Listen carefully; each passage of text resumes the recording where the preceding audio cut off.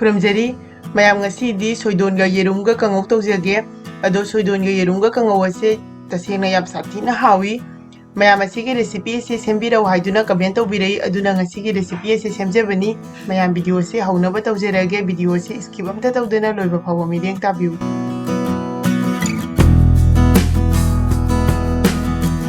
ngasi की soidon yerum ga se kanghou तौनबगी दमकता अइना सिदा yerum से मरी खक लौजरे असिदा सोइदोन लेरे असि सोइजिनसु दुम हाइनबनी किलो अनि खक लौजरे अदुगा सिना अवा फदिगोम से खितंग यामना लौबिरे अदुदगी असिदा सनम खरा लेरे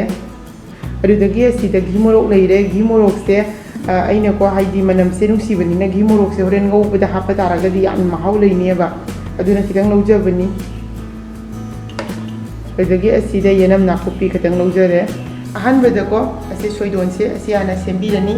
कमेंट तौबिरकपगा याम सानाना अइंगोंदसु असि खक्ता ngairमबा अदो खानागुम खंगदबा यावरगदी अखोइना सोइबुम चाइदनको अदो असिना अखोइ उसोइ अनौबा मचादो अदुना मुपुम तौरगा सेमबनी हौजिग असि सोइबिरनी खितंग कुप्तक तौना सोइबिगनी अदो असिदि यामना नौवी अदुना अदुम सुमाइना सोइरगा ngौबदा थुना दुम मुल्लेबा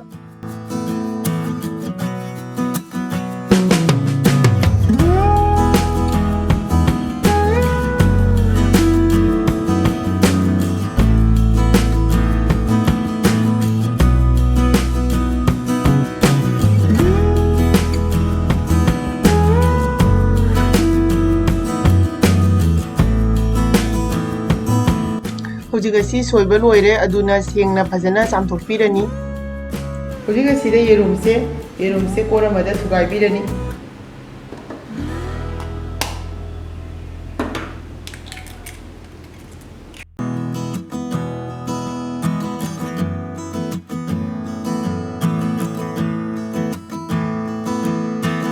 असिदा थुम खजिक्तंग हापिरनी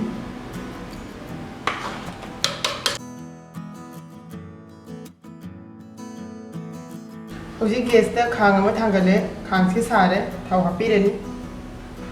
थाव से अहानबदको जेरुम से हाना मासे ngौबिरनी अबा जेरुम ngौनबगी थाव हाना खजिक्तंग हापिरे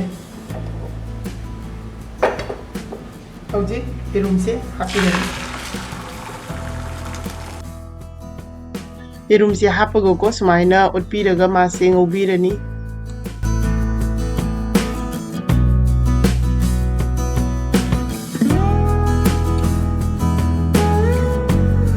येरुम से यारनी अदुना हौजिग असि प्लेट अमदा लौथोकपिरनी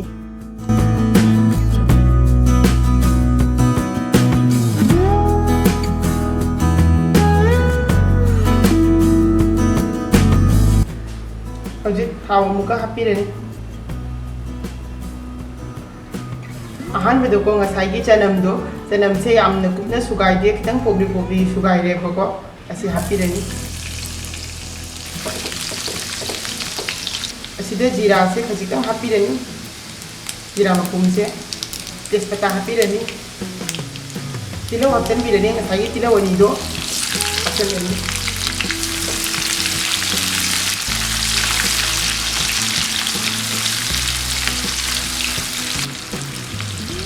हौजिगा सिदा येनम हापिरनी येनम हापलगा फजना उतंग उपिरनी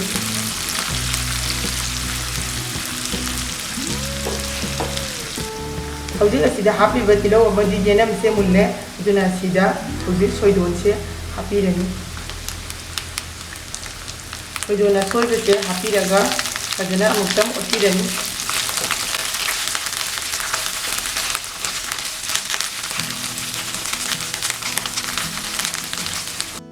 हौजिक असिदा इसागी चांगदा थुम हापिरनी थुम से हाना हापा तारगदि खितंग थुना मुंजनगनी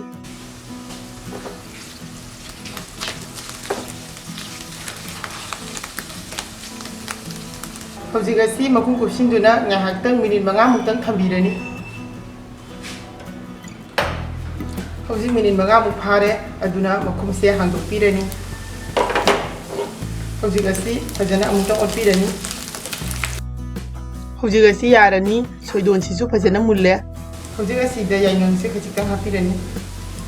मोरोक असुबा हापिरनी asina fadigom asuba fadigom aru asuba tadagi jira asuba kachitang amaga hapirani hojigasi fajana mix tobirani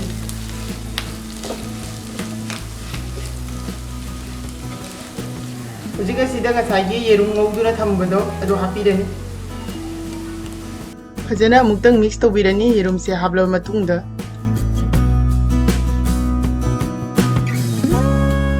hojigasi da ngasagi hi morok soiraga thamgibado asi hapchanbirani awa fadigom hapirani hojigasi fajana mix tobirani mayamagi ngasigi soidon ga yerum ga kanghou tobase loijare aduna hojigasi plate amada khaidokserage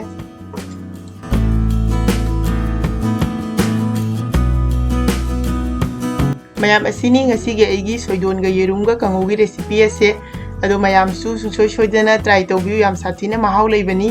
loinana video asibu like share toba kaubiganu channel asida anobo oiragana soidana subscribe tobiramu